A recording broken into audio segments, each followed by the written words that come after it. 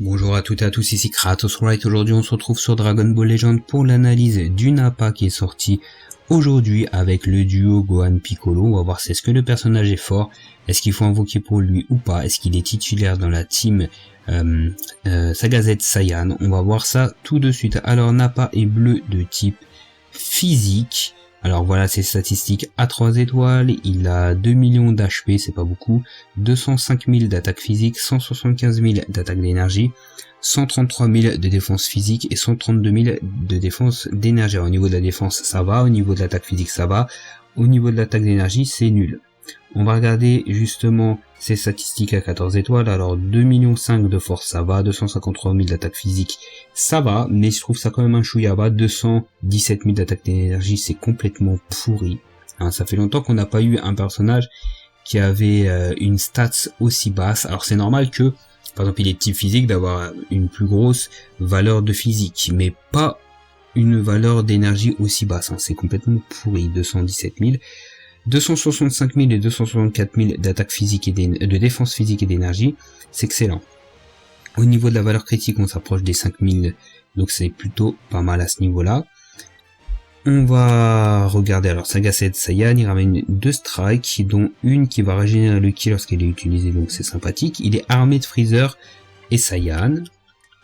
Alors, Saspé inflige des dégâts colossaux de type choc à l'adversaire, détruit toute votre carte d'art physique, augmente les dégâts infligés par les techniques SP en fonction du nombre de cartes d'art physique détruites. Alors 20%, 40%, 60%, 80% pour 3 cartes. Donc moi je trouve ça pas terrible. Pourquoi? Parce que ça concerne que les cartes d'art physique. Ça veut dire si tu as une carte d'art physique dans la main et le reste c'est pas des arts d'art physique, et ben ça va, tu vas détruire une carte, tu auras 40%. Alors c'est sympathique d'avoir 40%, mais bon, on aurait aimé que ce soit destruction de toutes les cartes et augmentation justement de 80%. Donc ça je trouve ça beaucoup moins bon. Ensuite, sa carte verte régénère le ki de 30 si vous avez 3 cartes ou moins, tire jusqu'à 2 cartes au hasard, donc ça c'est fort, c'est pas une carte au hasard, c'est 2 cartes. Inflige à l'adversaire un malus de stats augmentant de 20% les dégâts qu'il subit pendant 20 secondes, donc ça c'est bon. Capacité principale, tire une carte d'art spéciale au tour suivant, régénère la force de 20 et le ki de 70.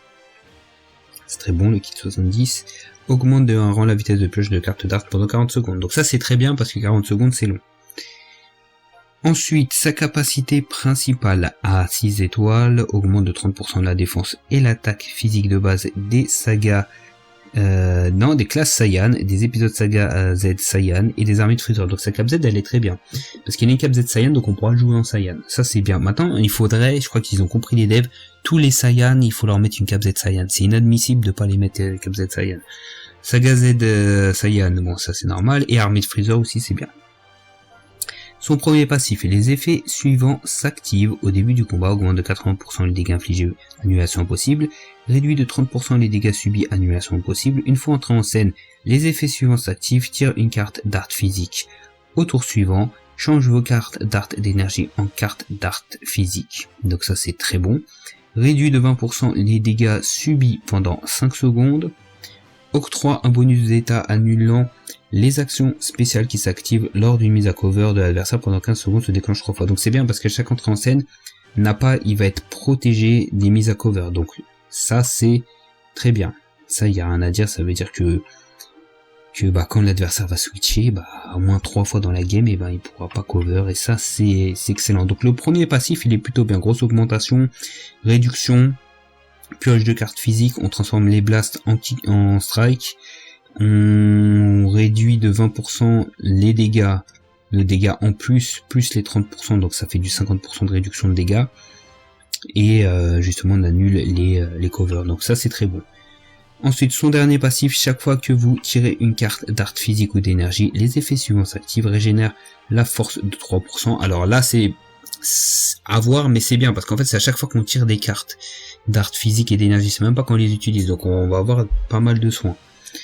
Augmente de 20% les dégâts physiques infligés pendant 15 secondes, donc là ça peut aller très vite parce que si tu pioches 4 cartes physiques et d'énergie, tu vas avoir une très grosse augmentation des dégâts physiques, attention c'est pas tous les dégâts, tu peux avoir une augmentation de 80% des attaques physiques, donc attention il peut faire mal.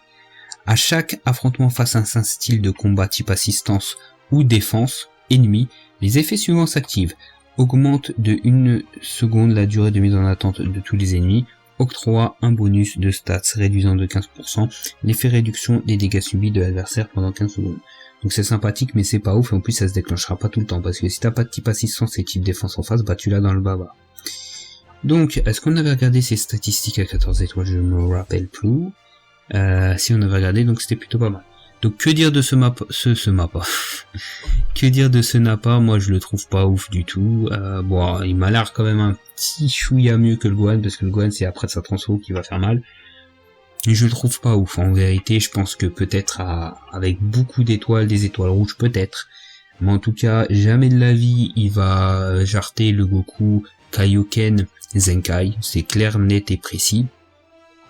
Par contre l'avantage de lui c'est qu'il a une grosse Cap Z Saga Z Saiyan. Il a une très grosse Cap Z Saga Z Saiyan, là où le Goku Zenkai, enfin Kaioken Zenkai, il a une Cap Z bleue et une Cap Z Famille Goku.